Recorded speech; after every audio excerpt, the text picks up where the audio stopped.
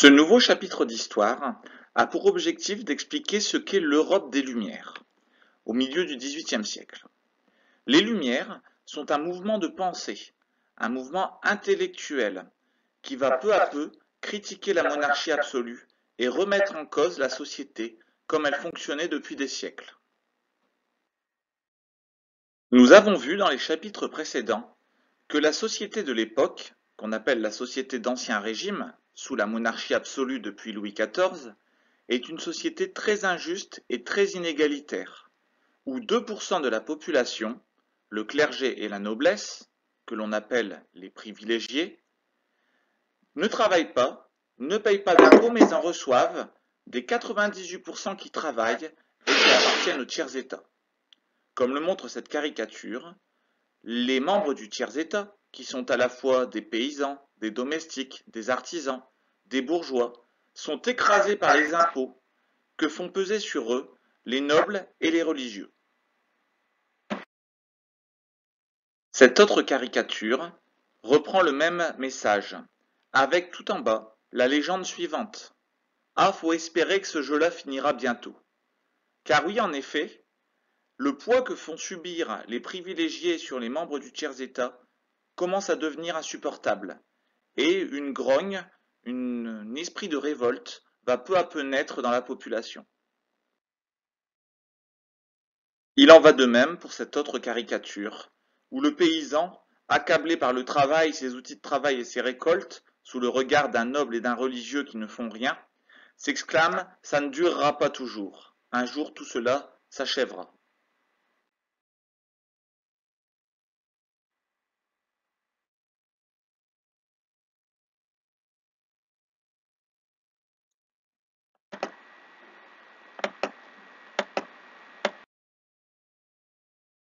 Alors que sont les Lumières? Les Lumières sont un courant intellectuel qui va être amené par des philosophes. Mais qu'est-ce que c'est que philosopher? C'est une matière que vous découvrirez plus tard quand vous serez au lycée, notamment en terminale. Mais si l'on regarde ce texte, qui est extrait de l'Encyclopédie en 1765, on se rend compte que le philosophe est celui qui s'arrête à découvrir la raison qui fait que les choses sont, et qu'elles sont plutôt ainsi que d'une autre manière. Le philosophe est donc celui qui cherche à expliquer pourquoi les choses sont ainsi, qui se pose des questions sur la vie, sur les rapports entre les individus dans la société, sur le sens de la vie, sur la société, etc. Le texte nous précise également que le philosophe n'admet rien sans preuve, qu'il lui faut ainsi des preuves avant d'accepter quelque chose comme étant valable. Ainsi, les philosophes vont se poser la question de pourquoi le roi dirige-t-il le pays en roi absolu? Quelle est la preuve qui prouve que le roi détient son pouvoir de Dieu? Il va se poser des questions sur la religion. Qu'est-ce qui prouve que Dieu existe? Le philosophe veut des preuves afin de pouvoir expliquer les choses. Et enfin, à la fin de ce texte, l'on voit indiquer le fait que les obstacles à la philosophie sont l'autorité et l'esprit systématique. Quand il parle de l'autorité, les philosophes critiquent l'autorité du roi et que pour se poser des questions, il faut refuser l'autorité imposée par quelqu'un d'autre. Quant à l'esprit systématique, il s'agit de la religion, puisqu'à l'époque, quand on ne sait pas expliquer quelque chose, on ne l'explique par la religion. Ainsi, si un tremblement de terre se produit, l'on dira que c'est Dieu qui punit les populations. Si une épidémie apparaît, on dira que c'est Dieu qui l'a amenée. Donc, les philosophes sont des personnages qui réfléchissent, qui s'interrogent et qui cherchent à expliquer les choses telles qu'elles sont dans la société. Cette première partie s'intitule « Des philosophes contre la monarchie absolue et la société par ordre ». Car en effet, ce sont ces intellectuels, les philosophes, qui vont s'opposer à la monarchie absolue et à cette société organisée en trois ordres, le tiers-État, le clergé et la noblesse, où deux ordres sont privilégiés, la noblesse et le clergé, au détriment du tiers-État. Commençons par présenter les quatre principaux philosophes qui vont écrire, penser, afin de s'opposer à la monarchie absolue et à cette société d'Ancien Régime. Ici, nous pouvons découvrir François-Marie Arouet, Son nom, sur lequel on le connaît mieux, est Voltaire.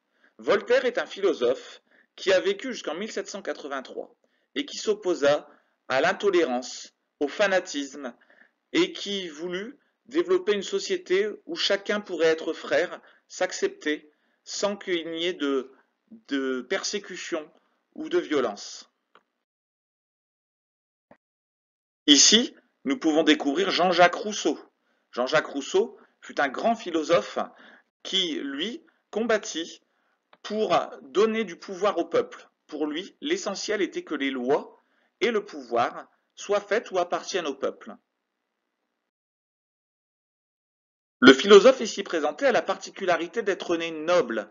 Il est donc noble, et pourtant, il passa sa vie à critiquer les avantages dont profitaient les privilégiés. Il se nomme Montesquieu, il est originaire de la région bordelaise, et lui s'opposa avec force à la monarchie absolue, indiquant que les pouvoirs devaient être divisés, partagés, et non pas appartenir à une seule personne. Enfin, nous découvrons ici Denis Diderot. Diderot fut un philosophe qui combattit afin de pouvoir donner du pouvoir au peuple. Ce peuple qui n'avait aucun moyen de s'exprimer, aucun pouvoir dans la société d'Ancien Régime, il voulut que ce soit le peuple, car le plus nombreux, qui posséda le pouvoir.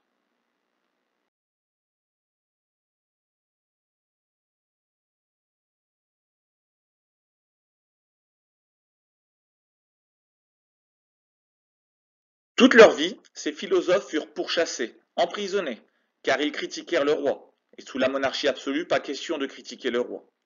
Dans le tableau suivant, nous allons détailler et opposer les idées à gauche de la monarchie absolue aux idées à droite des philosophes des Lumières, afin de comprendre ce que ceux-ci ont expliqué. Tout d'abord, qui est à l'origine du pouvoir? Dans la monarchie absolue, comme l'exprime Bossuet, qui était un religieux proche de Louis XIV, la toute-puissance vient de Dieu, et les princes agissent donc comme les lieutenants de Dieu sur terre. Comme nous avons pu le voir précédemment, dans une monarchie absolue de droit divin, c'est Dieu qui est à l'origine du pouvoir du roi. Pour Diderot, qui écrit en 1765 dans l'Encyclopédie, c'est tout différent. En effet, il dit qu'aucun homme n'a reçu le droit de la nature de commander aux autres. Le prince tient de ses sujets même l'autorité qu'il a sur eux. Et les sujets, ce sont les membres du peuple. Ainsi, pour les philosophes des Lumières, c'est le peuple qui donne son pouvoir au roi, et non pas Dieu. Qui a le pouvoir de faire les lois?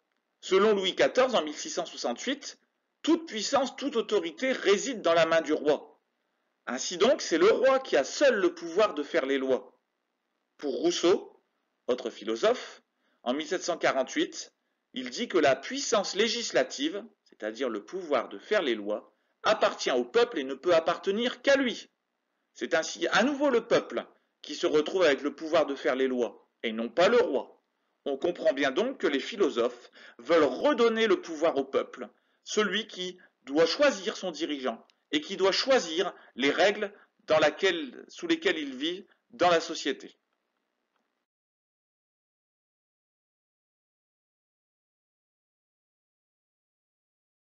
Si l'on continue, on peut s'interroger sur qui possède les pouvoirs.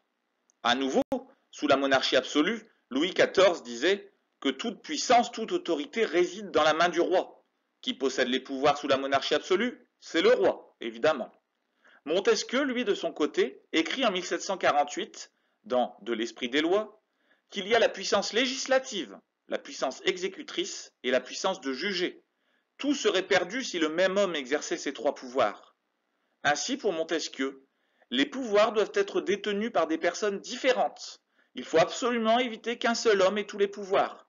Pour qu'un système soit juste, il faut que le pouvoir soit partagé et que certaines personnes possèdent le pouvoir de faire les lois, c'est le pouvoir législatif, que certaines personnes possèdent le pouvoir d'exécuter les lois, de les appliquer, c'est le pouvoir exécutif, et que d'autres personnes doivent avoir le pouvoir de juger. Pas question de mélanger ces trois pouvoirs entre les mains d'une seule personne. Autre question, sur quoi repose l'organisation de la société? En 1789, les nobles de Montargis, une ville au sud de Paris, disent « Nous déclarons ne jamais consentir à l'extinction des droits qui ont caractérisé l'ordre noble et que nous tenons de nos ancêtres. Ainsi, pour ces nobles, la société repose sur la division en ordres, avec des privilégiés qui dominent et qui ont tous les pouvoirs. De l'autre côté, un philosophe dont nous n'avons pas encore parlé, le chevalier de Joncourt, écrivait en 1750 que l'égalité naturelle est le principe et le fondement de la liberté. Tous les hommes naissent, croissent, subsistent et meurent de la même manière. Ainsi, pour le chevalier de Joncourt, c'est l'égalité qui doit être l'élément principal sur lequel s'organise la société.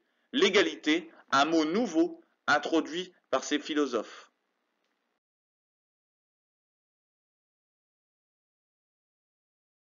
Qui doit dominer la société? Ainsi, nous retrouvons sous la monarchie absolue le même principe. Ce sont les ordres privilégiés, la noblesse et le clergé, qui doivent dominer la société. Mais selon les philosophes des Lumières, comme l'écrit Voltaire en 1734, en France, un noble méprise un négociant, c'est-à-dire un commerçant. Je ne sais pourtant lequel est le plus utile, ou un seigneur bien poudré qui se donne des airs de grandeur, ou un négociant qui enrichit son pays et contribue au bonheur du monde. Pour Voltaire, ceux qui doivent dominer la société, ce sont ceux qui sont utiles à la société, ceux qui travaillent et qui méritent. C'est donc le tiers-état, c'est donc les bourgeois, les artisans, les agriculteurs, les paysans qui doivent dominer la société car ce sont eux qui font vivre la société. De même, au niveau de la politique religieuse, sous la monarchie absolue, sous Louis XIV, seule la religion catholique est tolérée. Une seule religion acceptée, celle du roi. Pas question d'avoir d'autres religions. Pour Voltaire, par contre, il écrit en 1763 dans son traité sur la tolérance qu'il faudrait une religion qui tolérerait toutes les autres et qui serait capable de faire du genre humain un peuple de frères. Pour lui, la tolérance est la base de tout. Il faut savoir accepter les différences entre les personnes afin de pouvoir vivre mieux en société. Ainsi, ces philosophes ont des idées totalement opposées à la monarchie absolue. Et c'est cela qui va faire que pendant toute leur vie, ils seront pourchassés, emprisonnés. Mais pour eux, l'essentiel est de faire comprendre au tiers-état qu'il doit réagir et qu'il doit combattre cette société injuste.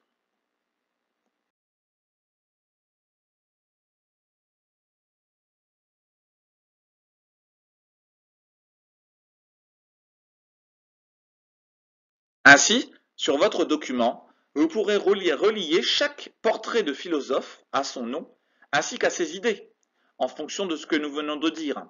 Montesquieu est donc celui qui veut la séparation des trois pouvoirs. Un homme ne doit pas avoir tous les pouvoirs, ils doivent être partagés. Diderot, quant à lui, dit que le roi tient son pouvoir du peuple. Ce n'est pas Dieu qui lui donne son pouvoir, c'est le peuple. Et donc le roi doit respecter le peuple et diriger pour le bonheur du peuple. Rousseau, quant à lui, explique que le peuple exerce le pouvoir en participant aux lois. Il appelle cela le pouvoir de la volonté générale. C'est le plus grand nombre qui doit décider. Le plus grand nombre, c'est le peuple. Donc le peuple doit exercer le pouvoir. Enfin, Voltaire lui explique que la clé de la société pour vivre bien, c'est la tolérance. La tolérance entre les différentes religions, la tolérance entre les différentes origines. Ainsi, le tiers-état doit obtenir aussi du pouvoir, car il est utile à la société. Donc c'est au tiers-état de dominer la société. La principale difficulté que vont éprouver les philosophes va être de diffuser leurs idées. Comment faire connaître leurs idées sans risquer d'être censurés, c'est-à-dire interdits, que leurs livres soient interdits, que leurs livres soient brûlés par le roi, ou sans risquer d'être emprisonnés par le roi. En prison, ils ne sont plus utiles. Eh bien, il va falloir ruser, il va falloir être malin. De même, comment faire connaître ces idées à un peuple qui, à l'époque, pour la plupart, pour l'extrême majorité, ne sait ni lire ni écrire et n'a pas reçu d'instruction. Il va donc falloir trouver des moyens de faire connaître les idées des philosophes au tiers-état et à l'ensemble de la population. Publier des livres est difficile pour les philosophes, car ils ne reçoivent pas l'autorisation de publier. Leurs livres sont interdits, leurs écrits sont interdits par le roi et sa police. On dit que le roi les censure, agit par la censure en les interdisant de diffuser leurs livres. Et bien comme nous montre cette peinture, si on ne peut pas publier les livres, vont être organisés dans des salons, des grandes pièces, dans les catégories bourgeoises de la société ou chez des nobles qui pense que les philosophes ont de bonnes idées, des lectures publiques. Dans les salons philosophiques sont organisées des lectures publiques, des nouveaux livres, des nouvelles idées des philosophes. Ainsi, par des lectures publiques, on fait connaître les idées au plus de nombre possible. Néanmoins, comme vous pouvez le voir sur cette peinture, ceux qui vont pouvoir écouter ces lectures sont avant tout des bourgeois ou des nobles. On est très loin des paysans, ici. Ces lectures publiques peuvent avoir lieu dans des salons, chez des bourgeois, mais peuvent également avoir lieu dans des lieux publics, à l'abri des regards. Sur cette gravure, l'on peut voir des personnes lisant un texte, et ce texte est lu dans un jardin, un parc d'une ville, à l'abri des regards, sur un banc. Un groupe de personnes lit les textes des philosophes, des textes qui sont transmis clandestinement, qui ne sont pas diffusés publiquement, ni vendus dans des librairies ou des magasins de l'époque. Ces livres, ces textes se transmettent clandestinement, ils sont ensuite lus, ce qui permet de diffuser les idées des philosophes également. Donc lecture publique dans des salons bourgeois, salons philosophiques, lecture publique dans des jardins, par exemple, permettent de diffuser les idées. D'autres philosophes vont ruser, vont être malins. Pour éviter la censure, Montesquieu écrit les lettres persanes. Il s'agit de lettres qui sont échangées entre des Persans. Des Persans étant des personnes originaires aujourd'hui de la région de l'Iran, de l'Irak. Donc des personnes venues visiter la France. Ce Persan qui visite la France, eh bien, envoie des lettres à des Persans étant restés en Perse, afin de décrire la société de la France à cette époque. Ainsi, Montesquieu critique la société française, critique le roi, critique la cour de Versailles, en faisant parler un étranger.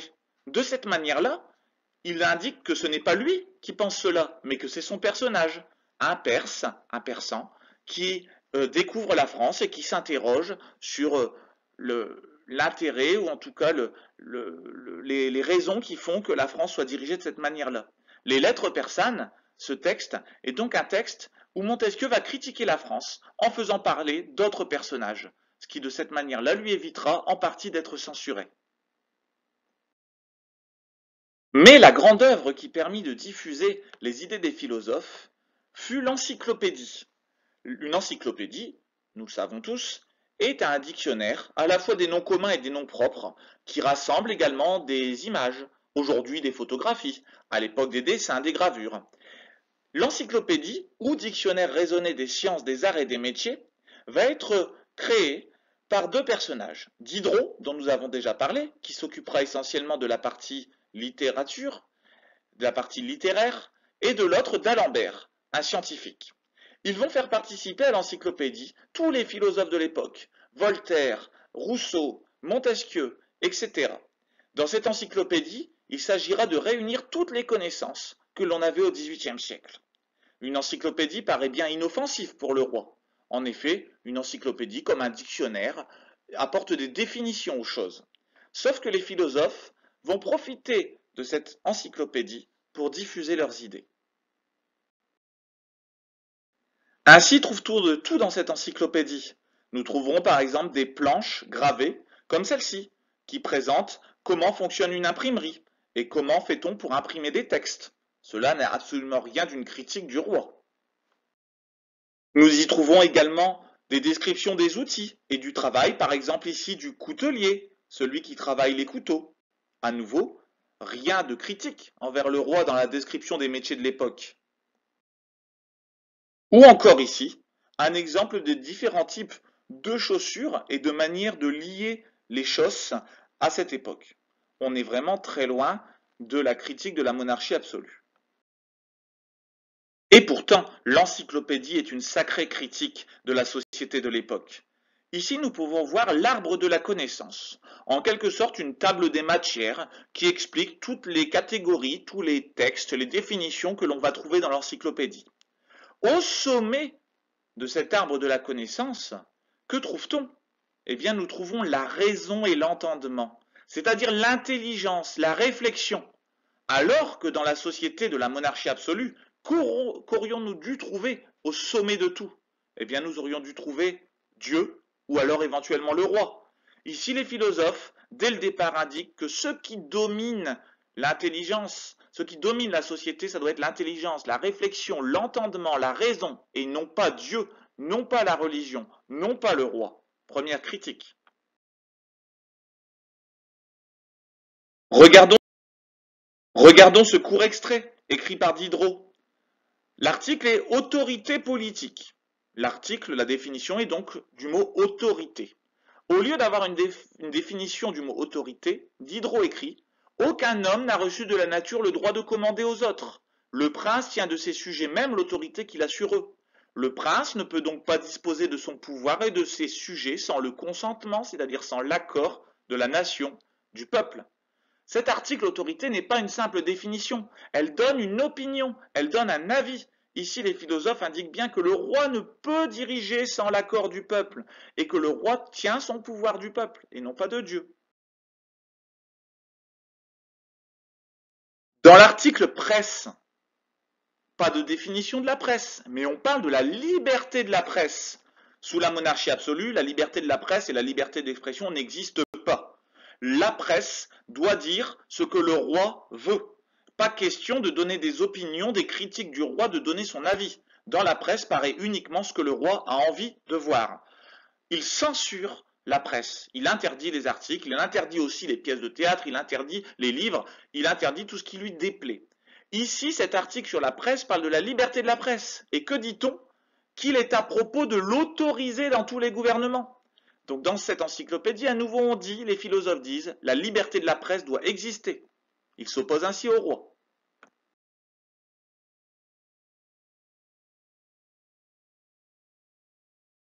Faisons également un zoom sur l'article égalité naturelle. Nous avons ici deux extraits très intéressants pour que vous compreniez à quel point l'encyclopédie est une critique de la monarchie absolue. Il est indiqué dans cet article, je cite, « Il résulte de ce principe que tous les hommes sont naturellement libres et que la raison n'a pu les rendre dépendants que pour leur bonheur. Les hommes sont libres. La liberté est essentielle. Voilà ce que disent les philosophes. Or, sous la monarchie absolue, il n'y a aucune liberté. Les hommes sont dépendants des seigneurs, sont dépendants du roi, ne peuvent pas se déplacer, déménager, changer de lieu de vie comme cela. La liberté est donc essentielle, l'égalité est donc essentielle, c'est ce que dit la suite de l'article. Il est indiqué que dans la société, eh bien, il y a des inégalités. Oui, il y a des gens plus riches, il y a des gens moins riches, il y a des gens pauvres. Cela est ainsi. Mais l'article indique que ceux qui sont les plus élevés au-dessus des autres doivent traiter leurs inférieurs comme leur étant naturellement égaux. Ainsi, un riche ne peut pas mépriser, écraser un pauvre. Tout le monde vit sur un pied d'égalité en droit. Les droits que chacun possède doivent être les mêmes. Voilà ce que disent les philosophes. Et là, ça s'oppose totalement à la monarchie absolue.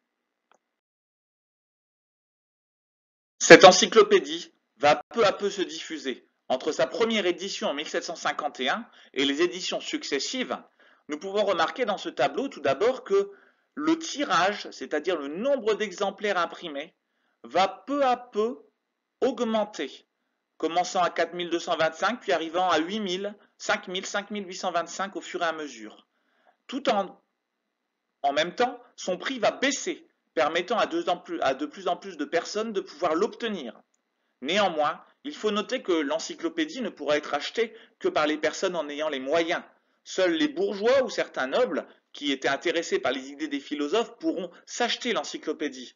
Beaucoup de gens ne savent ni lire, ni écrire, ni compter à l'époque, n'ont pas les moyens de vivre correctement, donc ne vont pas acheter des livres. Donc les idées de l'encyclopédie vont avant tout toucher les bourgeois. Et c'est la bourgeoisie qui va connaître le plus les idées des philosophes. Ce sera donc les bourgeois qui seront les premiers à agir contre la monarchie absolue à la fin du XVIIIe siècle.